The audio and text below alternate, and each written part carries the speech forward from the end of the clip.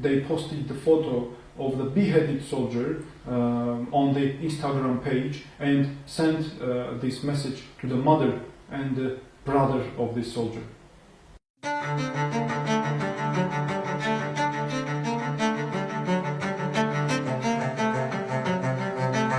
These communities were being targeted with prohibited cluster bombs. The war was accompanied by massive torture, inhuman treatment, beheadings alive.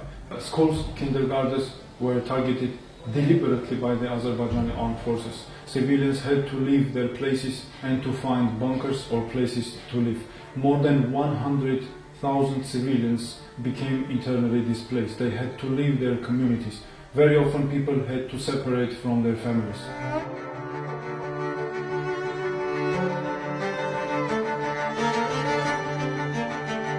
During the war, we received all of a sudden a call from relatives of an Armenian soldier. They told us that Azerbaijani soldiers called them and told the mother of an Armenian soldier that they beheaded already her son, and they were going to post the head of her son in social media. They had also a case of beheading a 69-year-old civilian. The whole process was videotaped and showed the cynical behavior of Azerbaijani forces, how Azerbaijanis are beheading the head, cutting the throat of the person, putting the head on the pig, and trying by this to show that this pig, they are demonstrating extermination of an Armenian. The jihadists, according to well-established information, came from northern parts of Syria, from Libya, from Afghanistan and some other countries.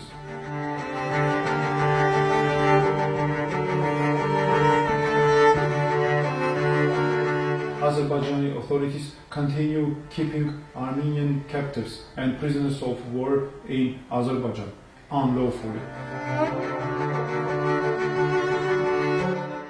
They continue shootings. They are physically present in the lands that belong to Armenians, pastures, grasslands, arable lands, houses that belong by legal documentation to people. They threaten people with guns. They are blocking roads that cause humanitarian isolation crisis to the villages surrounding these roads. And this policy is intentional.